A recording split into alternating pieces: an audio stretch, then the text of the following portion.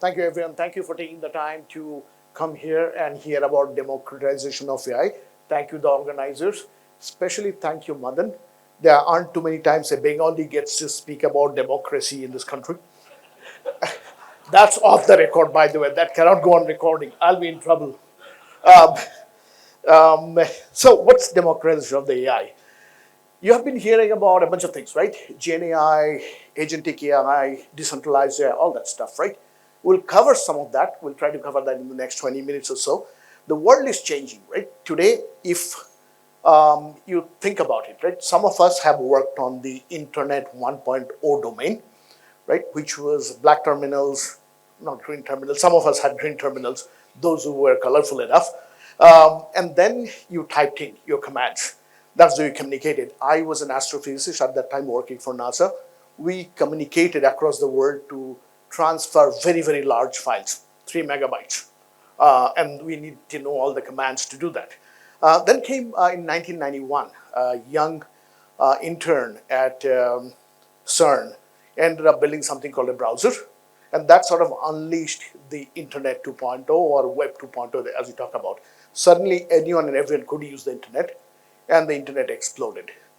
The Web 3.0 came a few years back. It started taking off. That was the first attempt to decentralize AI. But unfortunately, a lot of people, crypto scammers, essentially killed that Internet. We are at the cusp of today what we are calling is the Internet 4.0 or Web 4.0. So the key difference between the Internet of yesterday or the Internet that you used today, Web 2.0, and the Web 4.0 is one is a transaction Internet, and the Web 4.0 is going to be a cognitive Internet. From something that's largely without a mind of its own, can do transactions, will get to something that has its mind of its own. The power that it will unleash is going to be phenomenal, and some of it we are trying to go and capture in these conversations.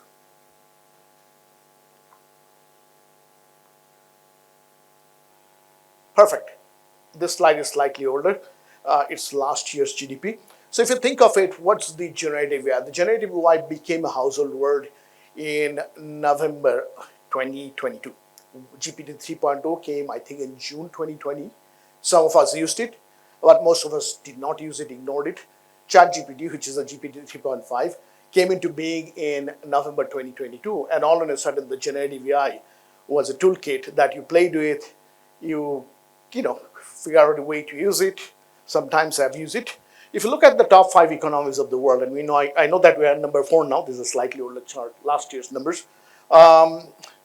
It goes between 26 trillion in US to about 4 trillion in India. The generative AI's economic potential in the neighborhood of 7 to 25 trillion.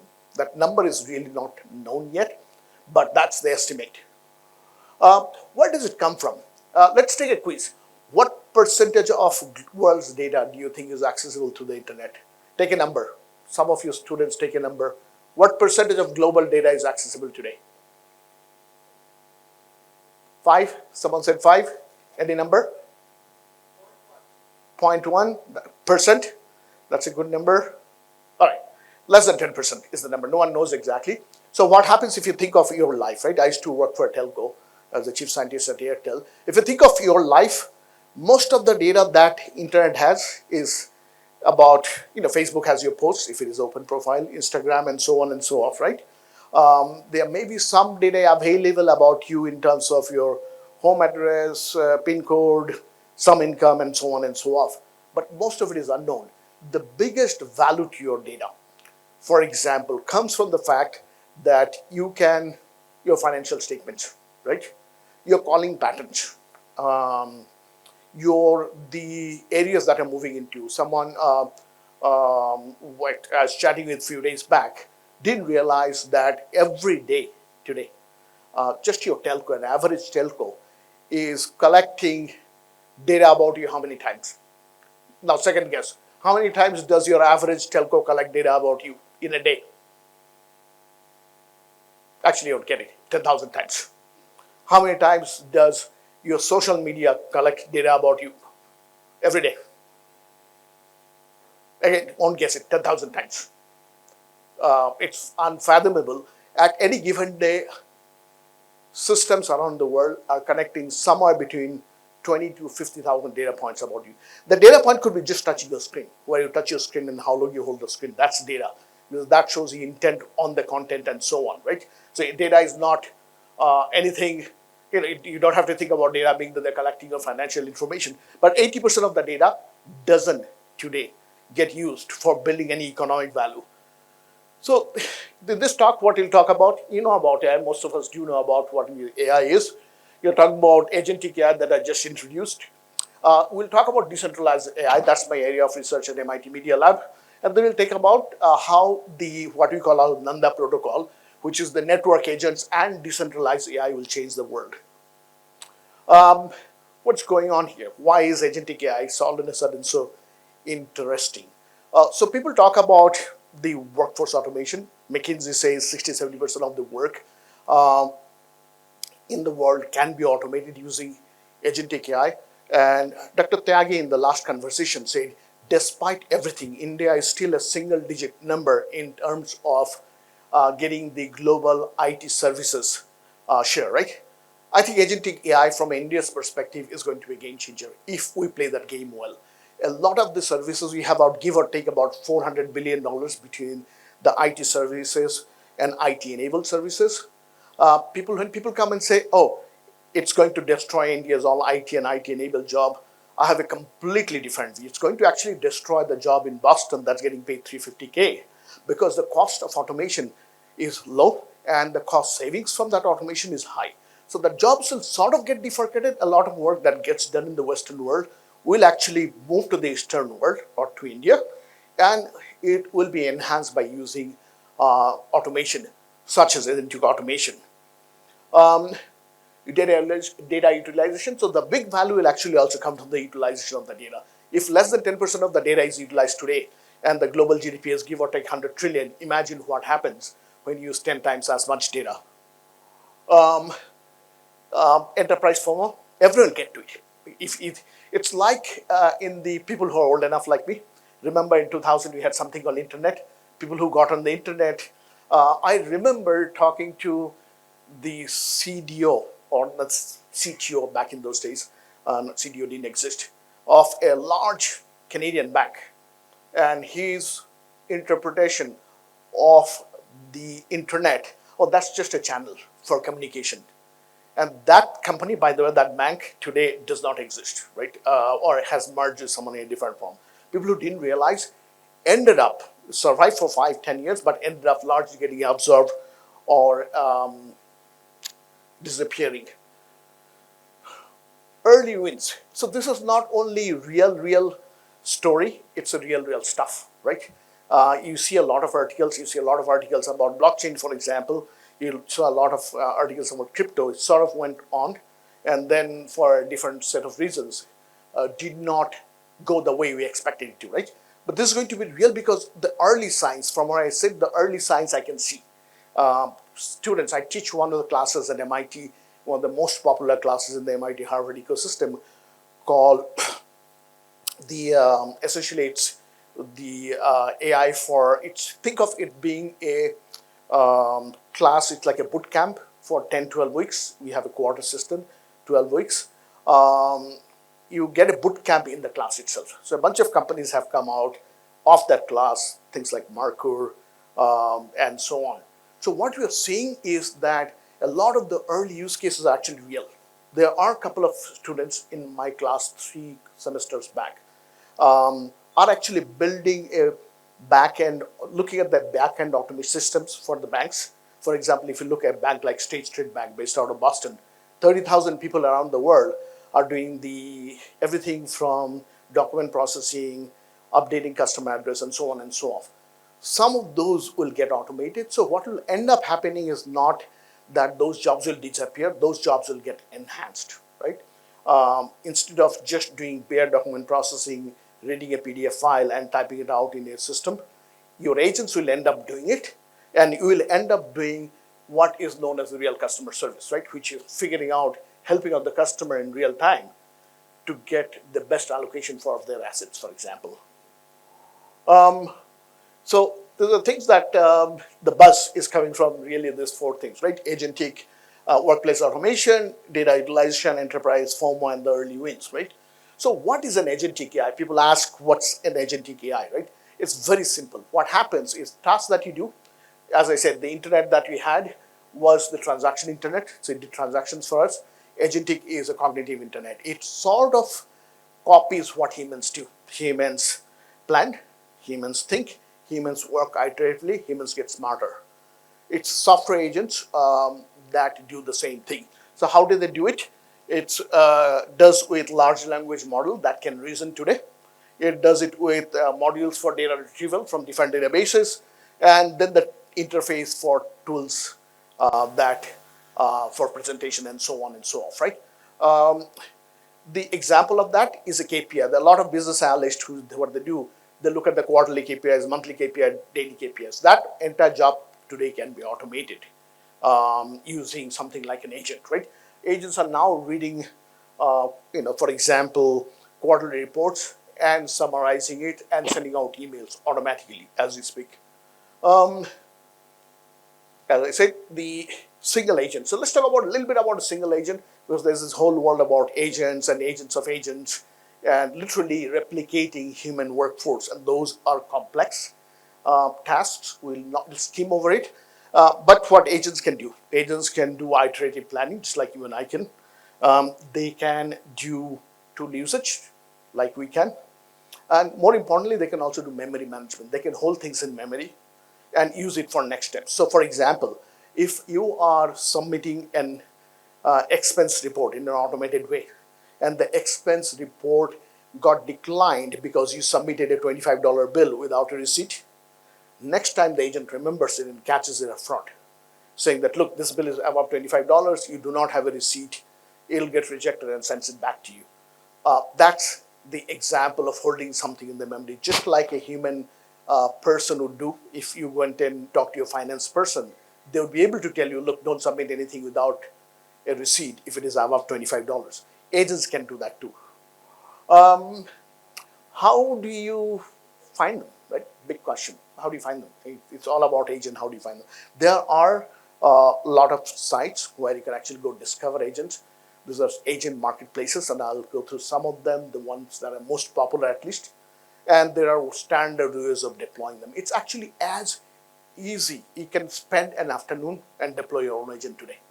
Try it. Go back at home. We teach a small 2-hour sessions every few months for C-level execs who have not coded in their entire life or haven't coded for 20 years.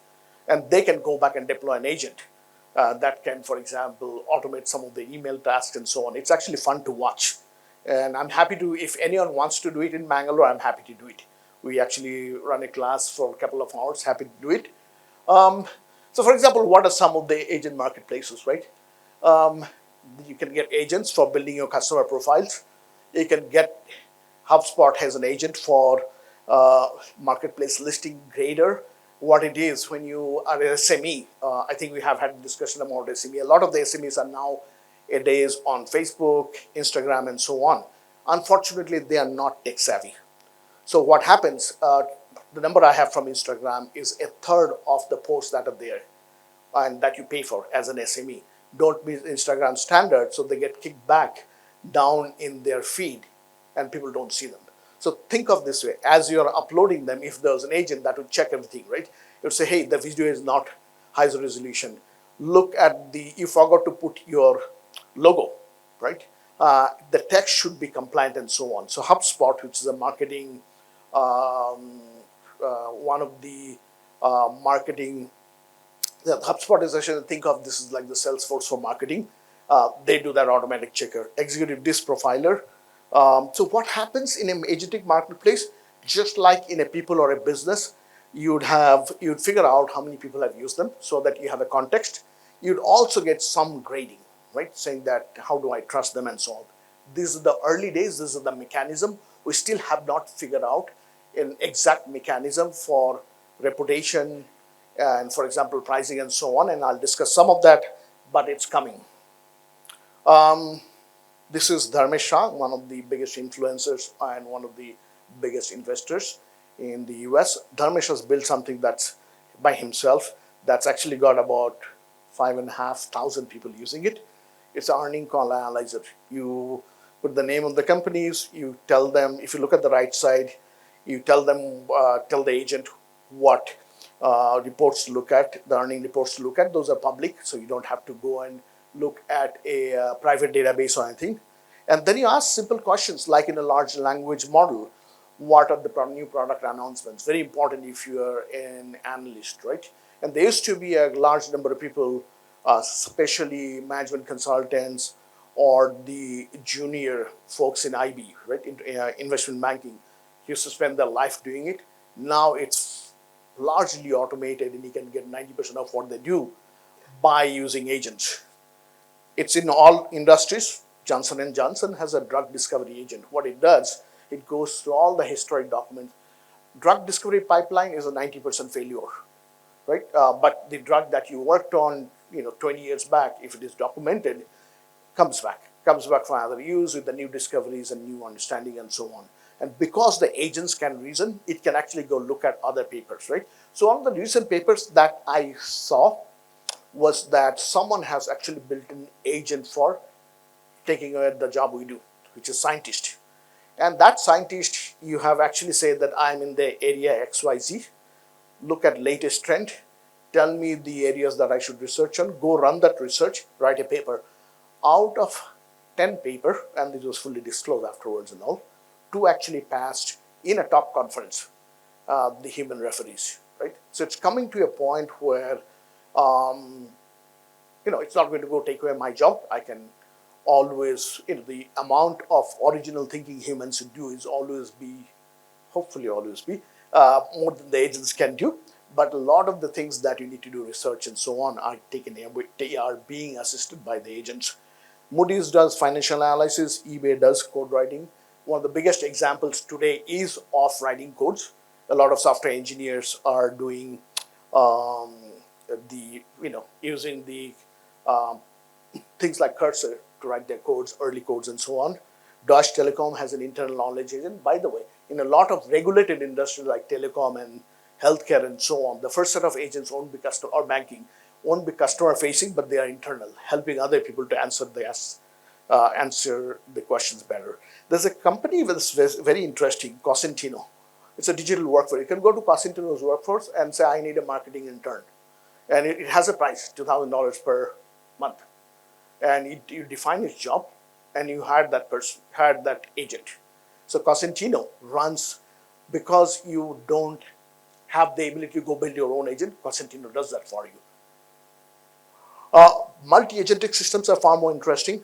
What happens? So think of multi-agentic system being either a group like HR department in a company, or more importantly, people who collaborate each other. Sales and marketing is a good example. They should be collaborating in most of the companies. They don't. The silos are there and so on and so forth, right? What happens if you can build a bunch of agents that can cooperate with each other and so on, and essentially break the organization silos? You may not be able to break the human silos in the organization, but agents could be the first wave of beings that will start doing that. There are many ways to do that. I'm not going to go through them. A bunch of them are conversation-based, roles-based, graph-based, component-based, and some provide for low-code automations.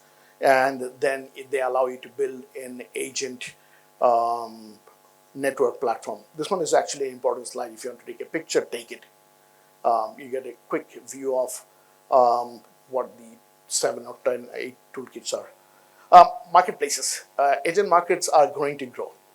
So if you think of India's next opportunity, as I started in the beginning, agentic workforce is, we have 1 billion people. And I have a different presentation that I've been doing. I started the conversation, imagine if you had 1 billion coder. 400 million of us, either child or older people and so on, but roughly 1 billion Indians can become coder, right? It may not make sense for a Western company to go build an agent that will allow you to take a picture of a fasal in Gulbarga and say what the disease is, so that it can tell the farmer what to do with the crop. Fasal is crop, I think it's crop, Hindi for crop. Um, but someone sitting in Gulbarga, right, who knows, has a local knowledge, can go and build an agent and earn $100 a month, 10,000 rupees, right? That economics doesn't work for anyone else. It's not in India, right? It can be Africa, it can be many other places. So things that don't get addressed because of low cost of the agentic systems, because of the availability of cheap smartphones, and in India, luckily, because of the availability of low cost data, we can build an entire ecosystem at the bottom of the pyramid, right? That at every $100 can build a multi hundreds of billions of dollars of economy. On the other hand, if you look at the agentic workforce, this is looks like today it's about $5.4 billion, $3 billion. It'll go about $220 billion in about 10 years. The quick communication protocols, the first thing, the agentic thing took off in November last year because a company called Anthropic essentially figured out the first initial way of how to build a standard representation of an agent, right? Today, others, you could have built my agent, other company could have built their agent. There was no way to sort of figure out how they communicate. This is a standard interaction between AI agents, web search, APIs, and then way to figure out how to access the data, right? It's got about 8,000 plus as of last month MCP servers around the world. Model MCP stands for by the Model Context Protocol. Leading industry is doing it, and this is just the first step. We are taking the baby steps. We don't know what it will look like 5 years from now, but few things that allowed us to do. So think of internet now. Internet only needs 4 components, right? One you need is first thing you need is a node. Your phone is a node, right? Second, you need a communication protocol. TCP/IP, Telnet used to be in the Internet 2.0, and Google's A2A is starting to look like will be the new one, agent-to-agent protocol. Third thing you need is a discovery, which is how do I find the website, how do I find the agent. DNS server, where for Internet 2.0, and what you're proposing at MIT called Nanda, which is Network Attention Decentralized AI, is the discovery mechanism for the new agentic internet. It also does a bunch of other things. For example, if you're thinking about someone who is cognitive, right, you have to figure out how do you authenticate them. Is it really cognitive or a scammer, right? What's the reputation, right? Because if you think digital arrest, you can lose your 2 lakhs. Imagine you have agentic arrest, right?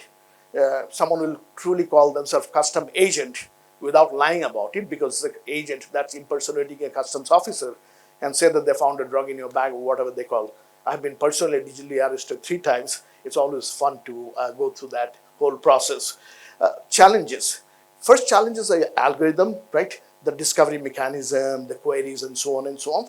But the bigger challenge is the economic model. How do you get 2 different types of entities to cooperate? So if you have 2 banks, and now you're trying to build a super duper fraud detection mechanism by cooperating.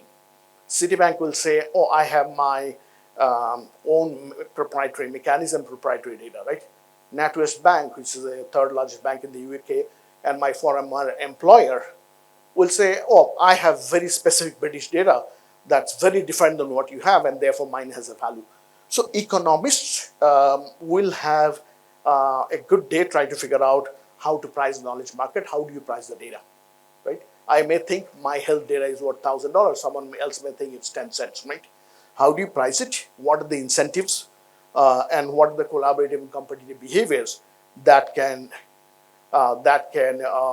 enable this growth of the agentic marketplace, right? So if, as I said, this is roughly the representation I talked about, right? There's a protocol layer, there's infrastructure layer, the developer tools that are still getting built, and then there's the application layer. The 4th layer that I didn't talk about, Nanda, was the DNS. The internet didn't become internet until the application layer, the so-called browser, came up, right?